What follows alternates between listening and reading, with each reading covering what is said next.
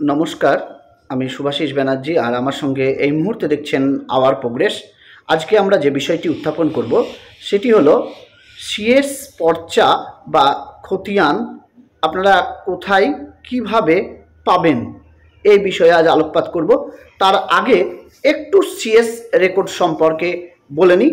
CS record আপনারা সবাই জানেন, এটা বহু পুরনো রেকর্ড এবং সেটা মোটামুটি 1940 সালের আগের যে রেকর্ডগুলো সেই রেকর্ডের মধ্যে সিএস রেকর্ডটা পড়ে। এই সিএস রেকর্ডের নাম ক্যাডেস্ট্রাল সার্ভে এবং আবার কেউ কেউ এটাকে সেন্ট্রাল সার্ভে বলেও অভিহিত করে। এই যে সিএস রেকর্ডটা বা পর্চা বা খতিয়ানটা কেন দরকার হলো? কারণ এই সিএস রেকর্ডটা যখন করা হলো তখন দেখা গেল যে যারা বড় বড় জমিদার তাদের কিন্তু ওই রেকর্ডে তাদের নাম নথিভুক্ত করা হলো, জমিদারদের নাম, এবং পাশাপাশি রায়ত যারা ছিল অর্থাৎ কৃষক যারা ছিল, ওই জমি যারা চাষ করত তাদের নামও সেখানে নথিবদ্ধ করা হলো। অর্থাৎ একটা রেকর্ডে দুজনার নাম নথিবদ্ধ হলো, একটা হলো জমিদার আর আরেকটা হলো রায়ত।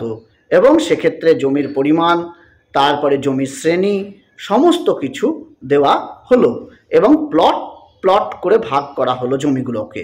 আগে প্লটের ব্যবস্থা ছিল না, এখন সিএস রেকর্ডে প্লটের ব্যবস্থা হলো।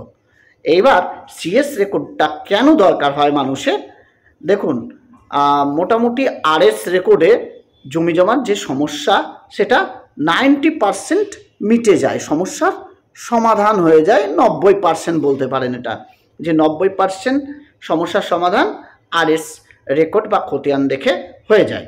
আপনারা জানেন সিএস রেকর্ড একবারে পূর্বের রেকর্ড, তারপরে আরএস, কেবি খতিয়ান রয়েছে, এলআর রেকর্ড রয়েছে, এলআর ডিজিটাল রয়েছে, এগুলো কিন্তু রয়েছে।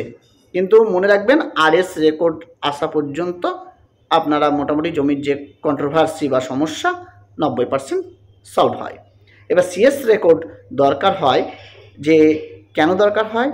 ওই পূর্বের জমিদার কে ছিলেন এবং প্লটটা কিভাবে ভাগ হয়েছে, প্লটের শ্রেণী পরিবর্তন হয়েছে কিনা, প্লটে কোন মালিক ছিল, এইটা দেখার জন্য সিএস রেকর্ডটা মূলত দরকার হয়। যে জমির পরিমাণটা নিয়ে সমস্যা, জমির শ্রেণী নিয়ে সমস্যা, এগুলো কিন্তু সিএস রেকর্ডটা দেখে উদ্ধার করা যায়। এবার এই সিএস রেকর্ডটা কোথায় পাবেন? দেখুন, সিএস রেকর্ড যদি আপনি তুলতে চান তাহলে সিএস রেকর্ড অন্তত বিএলআরও অফিসে আপনি পাবেন না।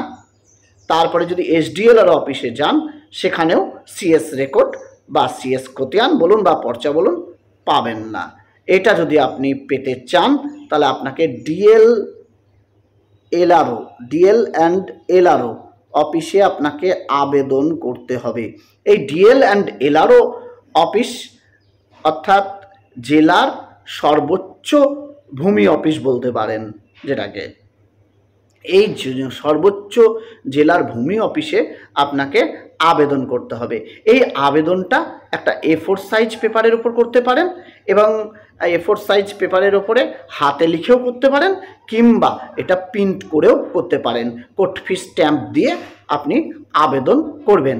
আপনার যে জমির যতটা তথ্য রয়েছে, আপডেটেড তথ্য, আপনার কাছে যতগুলো তথ্য রয়েছে সেই তথ্য দিয়ে আপনাকে আবেদনটা করতে হবে এবং সেই সঙ্গে জমির খাজনার রসিদটাও আপনাকে দিতে হবে।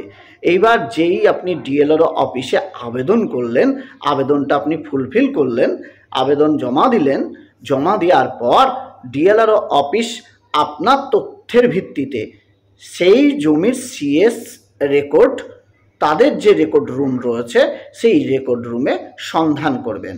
অনুসন্ধান করে যদি দেখে সেই আপনি যে তথ্য দিয়েছেন সেই দাগের বা সেই প্লটের সিএস রেকর্ডের যে তথ্যগুলো রেকর্ড রুমে একেবারে সুরক্ষিত অবস্থায় রয়েছে তাদের কাছে এবং সম্পূর্ণ যথাযথভাবে রয়েছে, তবেই সেই রেকর্ডের কপি আপনাদেরকে জেরক্স করে তারা দেবে।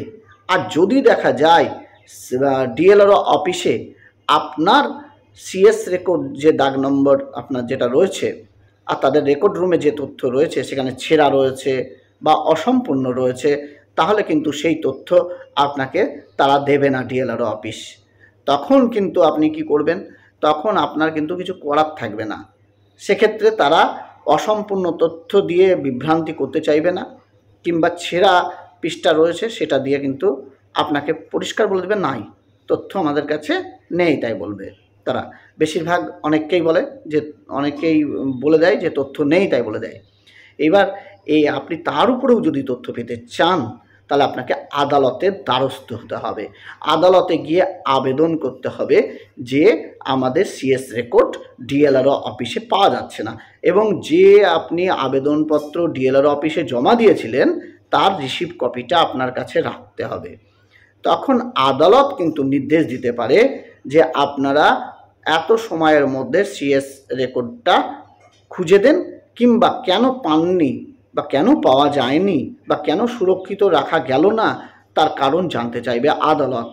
এই কারণ যখন দর্শাবে ডিএলআরও অফিস, তারপরে কিন্তু নতুন একটা নির্দেশ আসতে পারে। যদি আপনার যে গুরুত্ব বুঝে সিএস রেকর্ডের কেন প্রয়োজন, এই গুরুত্ব বুঝে আদালত যদি উপলব্ধি করতে পারে, তাহলে কিন্তু একটা নতুন নির্দেশ দিতে পারে। কোন নির্দেশ? যে নতুনভাবে সংশোধিত করে ডিএলআরও অফিসকে বলতে পারে নতুনভাবে আপনারা এই সিএস রেকর্ডটা বানান এবং তাকে তার তথ্যগুলো দেন, এটা বলতে পারে। এবার সিএস রেকর্ড কীভাবে ডিএলআরও অফিস বানাবে? এটা তো পুরনো রেকর্ড, ওনারা তো বানাতে পারেন না।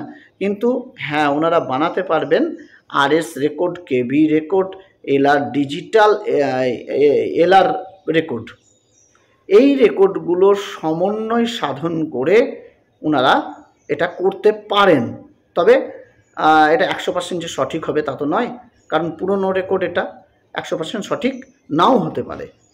এইভাবে কিন্তু করতে পারে। আর মনে রাখবেন, সিএস রেকর্ড সংশোধনের কোনো অধিকার ডিএলআরও অফিসে নেই যতক্ষণ আদালত সেই নির্দেশ না দিচ্ছে বা ডিক্রি জারি না করছে, ততক্ষণ ডিএলআরও অফিস কোনোভাবেই সিএস রেকর্ডের সংশোধন বা নতুনভাবে সিএস রেকর্ড সংযোজন করতে পারবে না। আর আমাদের অনেকেরই ধারণা রয়েছে যে আমরা বিএলআরও অফিসে আবেদন করলে সিএস রেকর্ড পেয়ে যাব। এই ধারণা সম্পূর্ণরূপে ভুল।